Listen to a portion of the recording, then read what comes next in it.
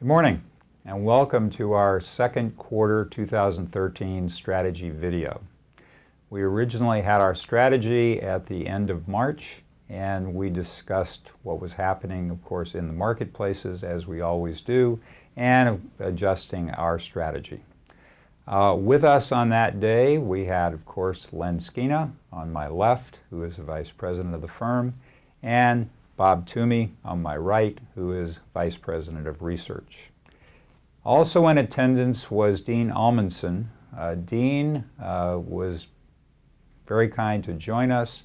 He manages a very large bond portfolio, and his comments on the bond markets and the direction of the bond markets were most interesting.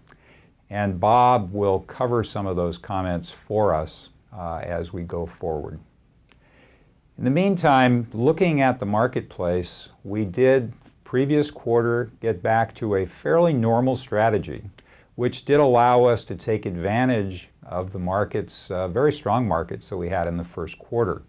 At this quarter, we also continued that, even emphasizing more the equity side of the marketplace.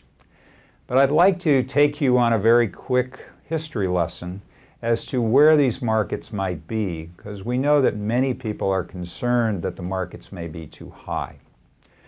The two charts that you'll see on your screen now actually show a period from 1968 to 1980 and from 2000 to the current period. You'll notice there are very strong similarities. We had highs made early in the period followed by substantial valleys, and those occurred in both periods twice. As we looked forward to this period, we've now gone to new all-time highs. In the 1980 period, we actually did go to all-time highs as well, but not until 1982.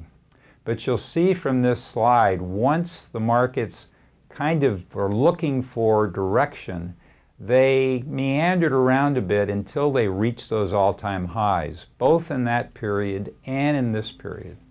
But after we reached those all-time highs and the market found its stability, you had one of the best bull markets we've ever seen. So to the question of not just history, but to the question of, are stocks too high? Are values overinflated? I'd like to turn it over to Bob to discuss, as we discussed at our meeting, why we are looking at reasonable values, at least in today's marketplace. Thanks, Dan. I'd be happy to address that question regarding valuations. But first, I'd like to spend a moment on talking about a little bit about what's happening in the markets right now. As you're all very well aware, the market has been achieving new highs over the past few weeks. And we think that's due to several reasons. First, there continues to be, I think, growing confidence in the outlook for the economy. Second, low returns in fixed income are also driving money away from fixed income investments into higher return equities. Federal Reserve policies also continue to be accommodative. The quantitative easing programs are continuing, and given the recent economic data regarding both employment and inflation, we think those will continue. Also, investor psychology, we think, has been positive for the market in the sense that there continues to be a lot of apathy and disbelief towards this rally, and the markets continuing to climb that proverbial wall of worry. So overall, we continue to remain positive on the outlook for equities as we have for some time. This is based on corporate earnings growth, where we think there's room for improvement in valuations. Also, we believe that there is room for improvement and growth in the economy. And a very important factor here is that large quality companies continue to be undervalued on the basis of sustainable cash flow, very similar to the period between 1978 and 1981, as Stan alluded to. Now, regarding the question of valuations, I'd like to bring your attention to the slide that's currently showing on the screen. This is a 52-year history of the PE multiple on the S&P 500. You can see that there's been a lot of variability in this ratio over long periods of time. But a couple of things I think are very important to note here. The long-term average in this period for the PE multiple is about 16 times. PEs are one of the primary measures we use as investment managers to value the relative cheapness or cost, if you will, of various investments that we might be making. Right now, based on 2013 operating earnings, the S&P is trading about 14 times 2013 earnings. So on that basis, we're not what we would consider to be overvalued. I would also point your attention to the next slide that shows a earnings comparison and a valuation comparison of two periods. The peak period at the peak of the market in 2000 and the current valuation today. As you can see from this slide, the S&P 500 earnings were about $68 a share at the peak of the market in January, February of 2000, with the market trading at an extraordinarily high PE ratio of 27 times. We don't expect to see the market at these kinds of valuations anytime soon. However, the current valuation of 14 times, as you can see from the slide there, does show us that we're well below peaks of various market cycle peaks, and also the fact that relative to long-term PE multiples, we would not consider the market to be overvalued at this point.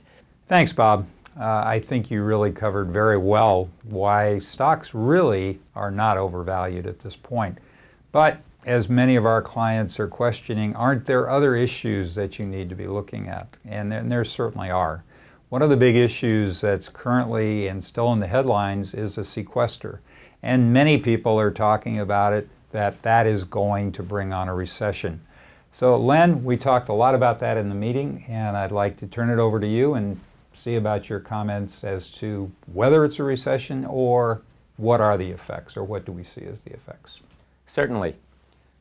Before we start talking about what the economic impact of the sequester is, perhaps it's going to be useful to talk a little bit about what exactly is a sequester. A sequester is a series of targeted budget cuts to specific categories of spending. And there are automatic spending cuts that kicked in starting on March 1st of this year. This is not the first time we've had sequesters in our budgets. It actually started back in 1985. We've had pay-as-you-go somewhere along the way between 1990 and 2002. But the current series of sequester cuts was part of the 2011 budget resolution. And they were put off until March of this year as Congress kept trying to find some other solution to the problem.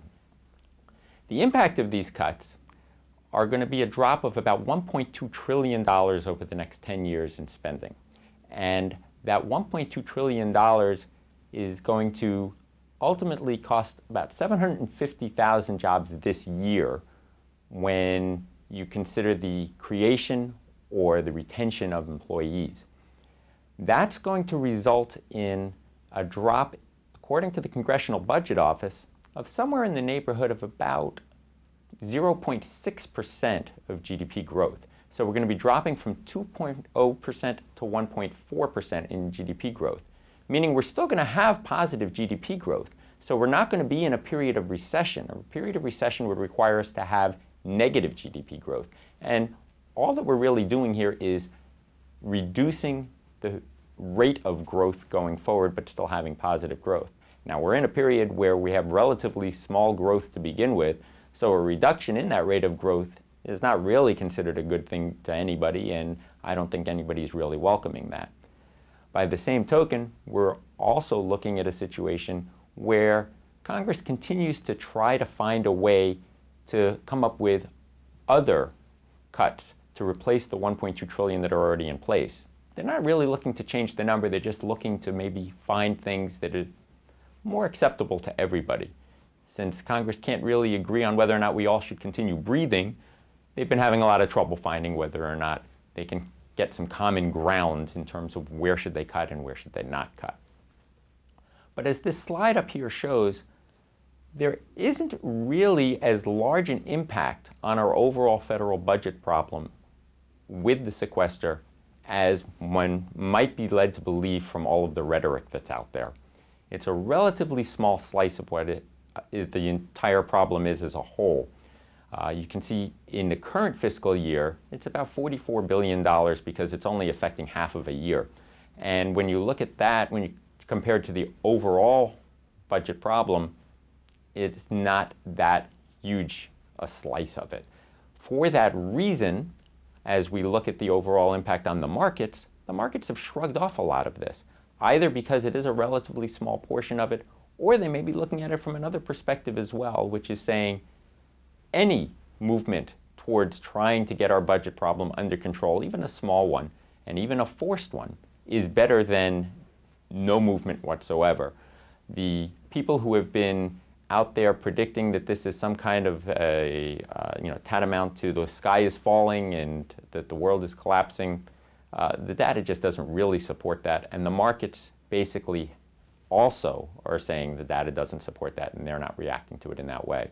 So going forward, we still anticipate that the markets will continue to move forward, and we're not really expecting the sequester to have a large negative impact on things. If the markets wanted to move down, they've had plenty of opportunity to do so. They've chosen not to. Len, thanks for putting some perspective on the sequester issue. Certainly rhetoric was a good description, because right now, if you live in our area, the biggest concern is the Blue Angels aren't coming this summer. But let's move on to certainly a more important issue. As I mentioned, Dean Almondson joined us, and his comments on the bond market were very insightful, and of course bonds continue to have a very, very low yield. So Bob, I'd like to call on you to kind of review some of those comments and put that in perspective as well. Thanks, Dan. Be happy to summarize some of Dean's comments in our discussion on fixed income. For those of you that follow the fixed income markets closely, you probably are aware that rates have actually been rising over the past 9 months on a very gradual, what I call kind of a stealth fashion. So there is some kind of change going on in fixed income, and we think it's important. We think kind of the Goldilocks environment that we've experienced for bonds over the last several years is really coming to an end. You can see the chart that I'm showing right now shows a 30-year history of the yield on the 10-year Treasury bill. And you can see from that we've been in an unprecedented period of declining interest rates. And we think that period is coming to an end. And we think that does increase risk relative to fixed income holdings. With respect to some of the comments that Dean made in our meeting, we thought there were several that were important. First, Dean does concur with us that there is increasing risk relative to fixed income securities. We talked a little bit about some of the things that Dean is doing in his fixed income portfolio to reduce risk. That includes reducing duration, also includes moving to more liquid type of securities, and also looking, as we have been looking, for alternatives to traditional bonds. Another topic that came up that I feel was quite important is the fact that we talked about tips and the risk for tips in this kind of weird environment that we're in. And the risk there, it would be a situation in which we had rising interest rates, but low or very low inflation environment. Tips, as part of their total return element, includes a portion of inflation that is incorporated in that total return. If we were in an environment in which inflation remained low and rising interest rates, it would be a very significant, a very negative scenario for tips. And as a result of that, we did take some action in the following the quarterly meeting to reduce our exposure in that area. Thanks, Bob. Certainly Dean being here was very instructive, and it did cause us to make some changes, as you mentioned, in our fixed income portfolio. The elimination of tips after holding them for a long time very successfully, I think, was very indicative of how he helped us in his comments. In the meantime, we don't want to forget international. And international, of course, has been a big topic for years and years and years. But we think it's kind of fading a bit, but we don't want to ignore it. So Len, would you cover how we looked at international this time? Absolutely, Stan. When we look at the international area, we have been reducing our exposure to Europe for quite some time now. And we continue to not see Europe as the place we want to be. But we do want to put some things in perspective, because as Stan said, internationally things are quieting down, and they've quieted down to the point where previously we were looking at issues surviving the potential collapse of Greece and Portugal and Italy and Spain, and now the more recent concern has been a banking problem in Cyprus. And when you just look at the scale of the problem, it has gone from an enormous problem to something much smaller. The bailout of Cyprus is costing $30 billion. It's not nothing, but when you compare it to the collapse of some of these much more impactful economies, you can see why it just gives us a little bit of a sigh of relief and a little bit of less concern over where things are going. When we look at the countries that we do like now, I told you that we're still not really all that excited about Europe. We're focusing more on emerging markets, including Brazil and India, and very strongly in the Pacific region. We're not very high on China. China has been a country whose economy is just growing like crazy for the last 10 years, but its stock market has demonstrated that you can have an economy that grows like crazy while the market does not. And the stock market has resulted in them not making a whole lot of money there. And in addition to that, we've been focusing more on areas that exclude Japan. We were looking at Korea and some of the other Asian areas just as places for us to focus. We've also reduced our exposure to Canada. We basically now see that there are better opportunities elsewhere. And so going forward, we're going to continue to look for opportunities. We're going to continue to focus on those areas of the world that make the most sense for us to look at, to protect you and to grow. Thanks, Len, for giving some perspective to that international situation.